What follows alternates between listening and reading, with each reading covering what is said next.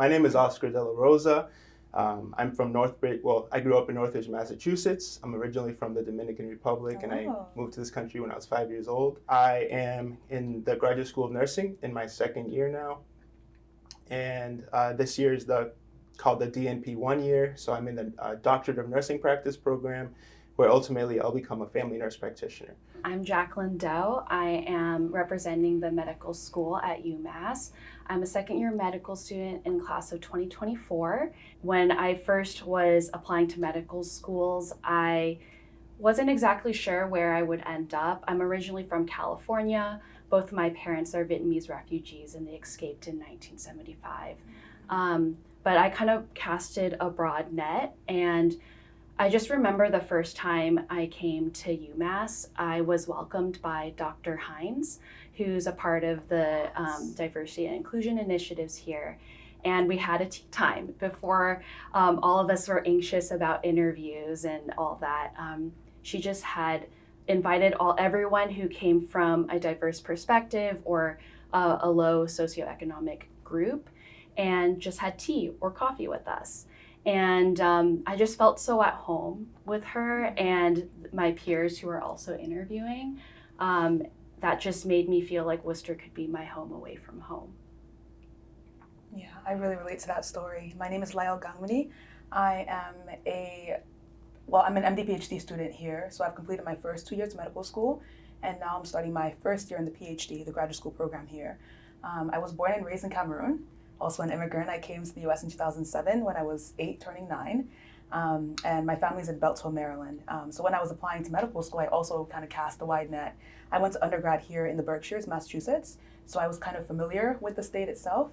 And UMass was my first place where I interviewed, and I too had Dr. Hines. I attended the tea time, and I just felt at home as well. It was very welcoming. All the students were just happy. They kept talking about community and how collaboration was a big thing. And I was lucky enough, some people may not think so, but I had 2 different interview process, one with the medical school and the other one with the MD PhD program. And so I had 2 days instead of just the 1 day to be here and experience what the climate felt like. And in both spaces, I felt very safe and I felt comfortable. And I'm very opinionated and I don't really hold back. And I found that as I spoke, I was listened to, and they were applied in the same manner with respect. And so from the very beginning, I kind of felt like I could be here. And very early on, I got accepted and kind of just said no to all other schools and just came straight to UMass. And it's been a great ride since then. I'm Stephanie Becker. I'm a rising third year in the Graduate School of Biomedical Sciences. I'm from New York, and I've went to college in New York, grew up in New York. And I came to UMass because it's a very diverse, collaborative environment. I felt one of the main things people say about the GSBS is that it's very collaborative, and I've actually witnessed this myself. So I'm half German, and I collaborated with a German institute that was collaborating with UMass Med as well. And I'm actually going to Germany tomorrow to further that collaboration. So Amazing. Yeah. I'm a co-president of the Graduate School of Nursing organization, and I'm also like a chair of the Nurses for Equity and Justice Coalition, which falls under the umbrella of the Graduate School of Nursing organization. So these are groups where we are working to, put the Graduate School of Nursing on the map. We're one of the smaller schools, so just want to advocate for our students, our student needs, help students feel more connected to campus. I became co-president this year. However, last year when I started, I felt very disconnected from school, just because the COVID pandemic, we were remote, so there weren't that many opportunities to be engaged and feel connected to this campus, which I was really looking forward to. So I joined these groups so that I could help use my voice to advocate for change on campus, improve the student experience, and also advocate for justice and equity for students who might be underrepresented or who might feel like they don't really have a voice on campus. So these are just some things that I'm really passionate about. I want everybody to feel included. I want to inspire people from diverse backgrounds and everyone to come together and find mutual goals to move forward towards. I'm a part of various student organizations, APAMSA, which is the Asian Pacific Islander Medical Student Association, as well as the Student National Medical Association, which is for all people, and it kind of discusses different and various diversity efforts and making sure that everyone feels welcome. In terms of like other things that I'm a part of are the student wellness committee. So we organize different events that improve well-being across 3 schools. If you've heard of UMass Takes Care and different events along those lines, we just want to make sure that we're taking care of all of each other, and we have all different events along those lines. Yeah, Jackie and I are friends, so we've done a lot of things together, but I also was part of SNMA. I was actually the secretary of the group last year. Now we've passed the mantle on to the younger ones, and I am now just a member. I am the leader of our UMass Christian Fellowship group, which I've been a part of since I came to UMass. That was kind of my home base and point of connection from the very beginning, so I'm very excited to keep up with that. I am also the secretary of our MD-PhD program student council. And then within that student council, I am co-chair with another student of our Action for Equity and Inclusion committee, which was started last year in June, actually in response to all the social unrest and the marches in the country and the school leaderships, statements of wanting to change and wanting to create a better environment for the students, for the community, and then also for the country at large. And so our students got together and said, okay, we hear you, now what do we do? And so we started that committee in response to this, and we've been very active, not just within the MD-PhD program, having racism and justice physician scientist forums discussing different topics in medicine. And we've also been working with our admissions committee in our program to reach out to underrepresented minority students, either by sending them emails while they're applying, having separate conversations while they're trying to decide which school to go to, and then also welcoming them personally when they do arrive here. Because I firmly believe that not only do we need to attract more people from diverse backgrounds, we have to make sure that the environment that we're in now is better for those who are already here. And so I feel very strongly about working on both ends and collaborating with each other, different programs across the board to improve our atmosphere at large. And then the last part of my leadership activities is I am now the CPHR representative for our graduate school student body. A new thing, I'm very excited to learn, but yep, that's what I do. Yeah, I definitely agree with everything you said, and fostering this community for across 3 schools, and within the GSBS, we have this diversity interest group, which is all called DIG, and I was a co-vice president last year, and now I am a director of recruitment, so it's more for recruiting prospective students. And so we've done a lot with this, and this group has also been revived in the past for a couple of years. It's been revived. We tried to foster a community with this group that is more welcoming and inclusive. And I'm also president of SACNAS, which is the Society for Advancing Native Americans and Chicanos in Science. So that's something I was elected into this year, and I'm really happy to be president and foster more community engagement in that group, and continue doing these events with DIG. We also really prioritize wellness, so we have these wellness events that we do. And recently during the pandemic, we had this virtual event that we did, which was a journal club. And so this journal club, all scientists, we do journal clubs all the time. So we had this journal club that we talked about different events at each time that we had it. And that was really we really enjoyed doing those because we got to really interact with the community through a virtual format. One of the topics for this virtual journal club that we had for DIG, it was about vaccine hesitancy during COVID pandemic. And so that was one that I joined and I took a part in, and I helped lead. And that was very impactful for me because I actually study under an infectious disease doctor. And so I was very excited to do some of this work on infectious disease and very timely about the COVID pandemic and how it impacted different communities, especially also in Worcester. So that was one of the topics that we did for this event.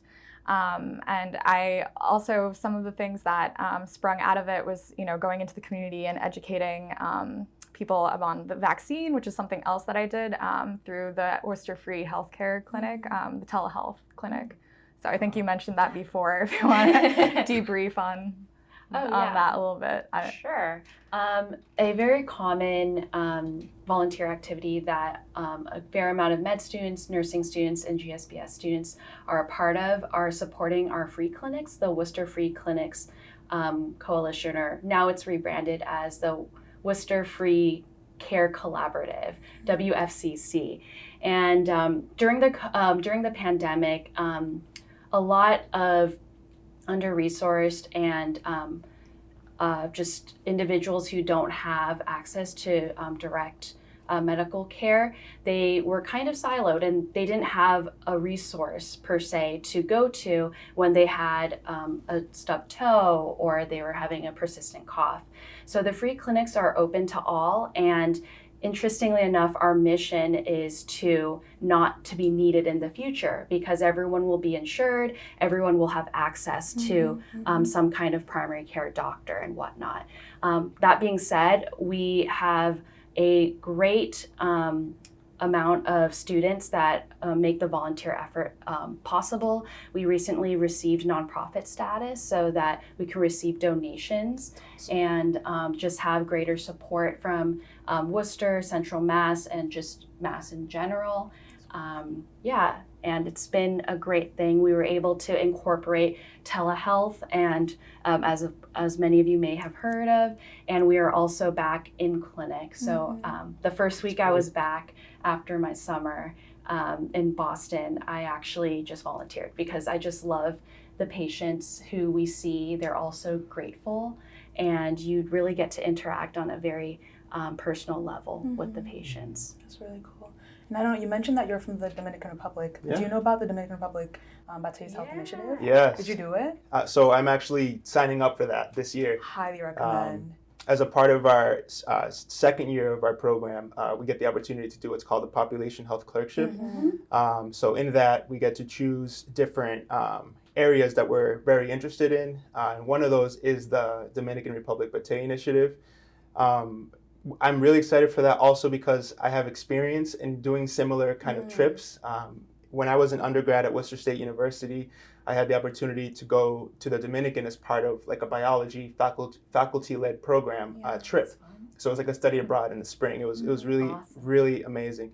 But so as somebody from the Dominican Republic, I had never really experienced, what it's like for people, migrant workers, people working on farms, people, who Haitians who came over to look for employment and for opportunities.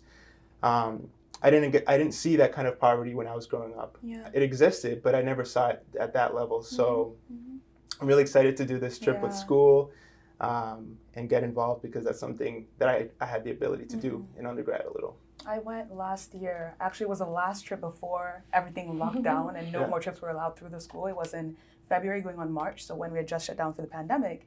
And we spent, I think it was 10 days there, and it's really, really an amazing experience. I just thought of it because you mentioned how the ultimate goal is for there to not be that need for outside support because the system within, whatever community it is, would get better and people would be able to fend for themselves. But I too have a background of going abroad and serving. I went to Guatemala the year before in a similar from service Guatemala. trip. But it just, global health is a big part of my passion coming from outside to the US and seeing just, all the benefits and the blessings that I've had, honestly, in my life. If we can use that and kind of reach out to others who are also in need, why not? I feel really appreciative of the directed efforts that major institutions are doing nationally and globally to impact the effects of racism and institutional racism that existed. And you made a great point about talking about the history. Like, to look at where we are and where we're going, we need to look back at our history. We need to understand what led to us being where we are and having this need to change things, right? So when we talk about inequities and getting to a point where we no longer need to have this Worcester Free Clinic, we no longer need to, go abroad and provide people with helpful resources and tools. Eventually, we want people to have that already there, and and build it themselves. That's why I'm actually super excited. Just last year, we hired Dr. Milagros Rosal, our new Vice Chancellor for Health Equity. It was a new position that was started at the school to address these things. And I even like the shift in conversation, right? We're talking about equity and health equity, not just equality, but recognizing you start from different places for different reasons. And how do we band together and make sure that it's all just? So I'm very, very excited. And we just got our new diversity and inclusion officer at the school as well. So there have been a lot of positive changes and so much excitement within the student body going across to the faculty level and the staff on campus. Yeah. So I feel a lot of energy, and I'm just holding on to it and, holding on to the ride. But I think it's a very exciting time. Yeah. Trying. I didn't mention like why I came to UMass, but this is one of the big reasons. I came from the Dominican Republic, but then I moved into a small town that was primarily Caucasian. I was like one of the, I felt like the only people of color in that town were my family. So it was a huge turning point when I went to Worcester State University and was surrounded by, diversity, right? Seeing the diversity both in like the student population, but the diversity of thought, right? That was like a huge thing for me. And so, growing up in this Worcester community, seeing the appreciation and the celebration of diversity, I eventually went to work for the Worcester Division of Public Health, which did a lot of community work in conjunction with the University of Massachusetts here. And so that was something that made me really eager and excited to be a part of this community because UMass is a huge like beacon in Worcester, and in Massachusetts. Definitely. I think Worcester attracts a huge refugee and immigrant population. So I remember when I first came out here, I was pleasantly surprised by how many like different types of ethnic food there was. And my eyes just lit up. I've been a swimmer for 15 years, so I know how to eat and I love to eat. It's a great way to connect with people and understand different cultures. And I just remember going to one of the small mom and pop shops, and I had a conversation with the owner who's from Afghanistan, and we just talked for an hour and a half about when he immigrated, when my parents immigrated, and it was just such a nice conversation coupled with really good food, obviously. I love that. Because the goal is to see each other as humans and to value our stories, value what we contribute to one another. And I think also the great thing about medicine in general and why I'm even studying this is just the recognition that when you're giving, when you're serving, you're also receiving, and it's building you up. I think it's such a powerful thing that we're a part of. It's a big institution, but it's made up of individuals. And if we just break that down and really take time to look at one another, recognize that you are a human being with a story, with values. Why is that? Where do you come from? Where are you going? And we can I think if we can get that understanding and we can recognize that, how much would that change the world when we talk about diversity, equity, inclusion, all of these things? It will flow naturally. And I think we have to start by recognizing that and valuing that in each other. I think there's such power in taking that moment to pause, reflect, and really just look and acknowledge the human being next to you. Take the time to know them. I was, heavily influenced by my mother, who in the Dominican Republic worked as a pediatrician. And then upon coming to this country, she started her career over again, starting as a certified nursing assistant, and now she's a registered nurse, working for a great company, and she's loving her job. So I was always, my mother is the most loving, empathetic, caring, kind person I've ever experienced, and I felt, I had the great, I feel blessed to have had her as my mom, and so seeing her and her career progress and her development made me really eager to follow a similar track. And in high school, I went to a trade school where I had the opportunity to do a health services program where I on top of getting my my high school GED, I also got a certified nursing assistant license. So I was able to work as a certified nursing assistant and really experience that day-to-day work and work alongside nurses in nursing homes and in hospital settings. So I realized that was the place for me. I love, the bedside, the opportunity to be there at the bedside, hold someone's hand, talk to them, guide them, be that sort of beacon of light when they're in a place of darkness, right? When there's fear, when there's anxiety and worry about where they're going. So I've always just valued connecting with people, healing them, guiding them during an experience, whether it's preventing illness or helping to get them to a better place. That's true. I think my path to medicine has also been a little bit non-traditional or just been a little bit different than what people might expect. I think there is a stereotype that Asian culture really highlights becoming a doctor or a physician or something along those lines.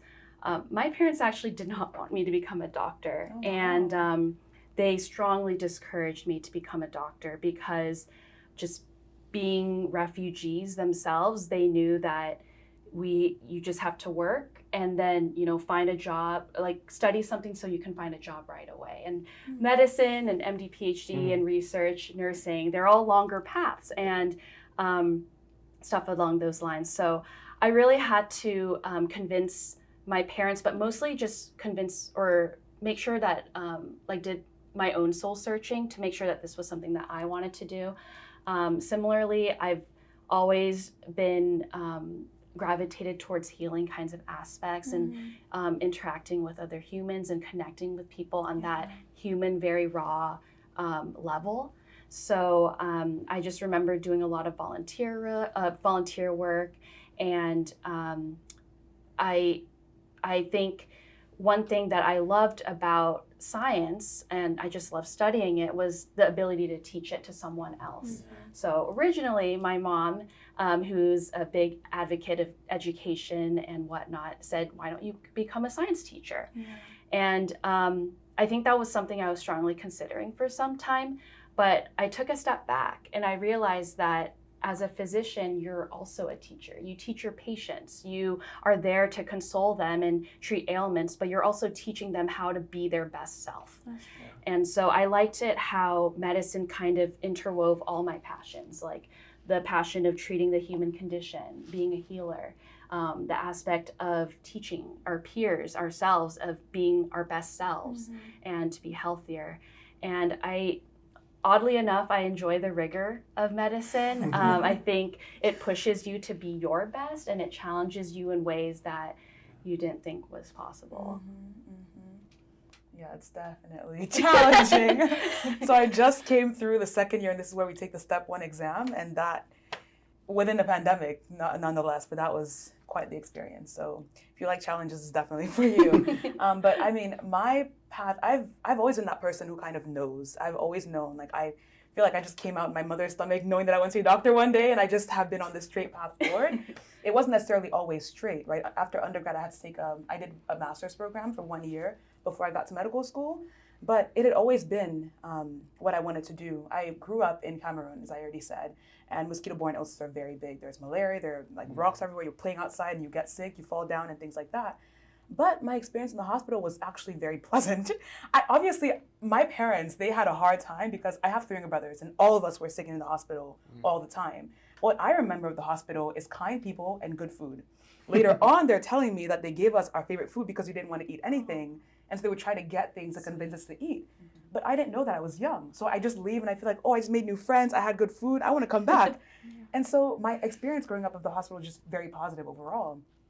And then I came to the US in 2007 and my dad got sick. And he has migraines and pains and many different things that the doctors can't even figure out what's going on. And so there came kind of the shift in the hospital is this magical place where you go in, you come back, you're well. And then now my dad is sick and nobody knows what to do. And so I realized that they're also humans. These doctors, they're not just, they're not mini gods who know all things and can do all things well, but they're human beings with a limited amount of knowledge. And so now, and I've always been a curious, questioning person and things like that. And so it just came together for me in, I love medicine. I love being in the hospital. I love being with people.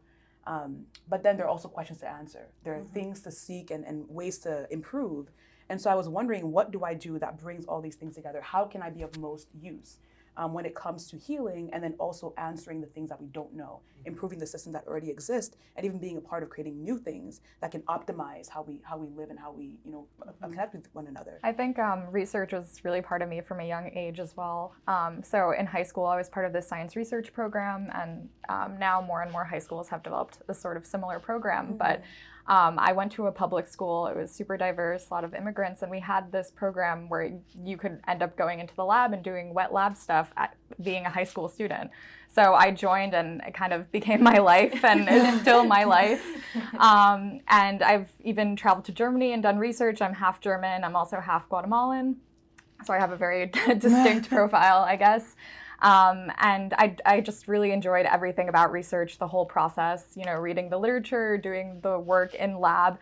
Another thing that got me interested in my specific area was that my mother, she became sick when I was a junior in high school. She developed myasthenia gravis, which is also it's a neuroinflammatory sort of disease. And I actually was interested in neuroinflammation before she got sick. But after that, I found myself really wanting to continue along this path. Not necessarily, working on her disease or what, but I'm studying Alzheimer's disease, which can also be seen as a neuroinflammatory disease as well. And I'm really passionate about that sort of stuff. So I've also collaborated with people in Germany who are working with this and are at the forefront, and they have very close UMass ties. And actually, two of the people that I've worked with are adjunct professors at UMass. They're just at Germany, or in Germany for that matter. I'm really excited about future research. UMass is a wonderful institution, not completely unbiased opinion, but here's the evidence, right? We're connected all over the world, highly recognized. And then there's this, we value all kinds of science. What we value is good science, good research. As long as you're doing good work to solve good things, that is what matters. You brought up how in our work we get to explain the science to people in the community, right? So that's one of the beautiful aspects about the things that we get to do here, is that we're not just siloed. We're gaining this knowledge, we're doing this research, we're doing this advancing of our own knowledge through reading our books and studying, but then we're applying it to the care of humans, right? So your research goes into eventually translated to the clinical practice, right? And then I end up, doing what you suggested in your research, in the treatment of patients. So I think it's incredible, and one huge thing with that's built into my training, and I obviously agree would be with the medical training as well, is communicating to patients. Teaching. Teaching is a huge part of our work, and so like I said, we're training to not only understand things ourselves, but to communicate it out to people. It's a privilege to be given a platform to have our voices be heard. It's also a privilege to hear other stories from other people, from diverse backgrounds, from unique life experiences, and just I think that culture of inclusion is so powerful. And when it attracts more. I think it attracts more conversations and just more connectivity amongst all of us.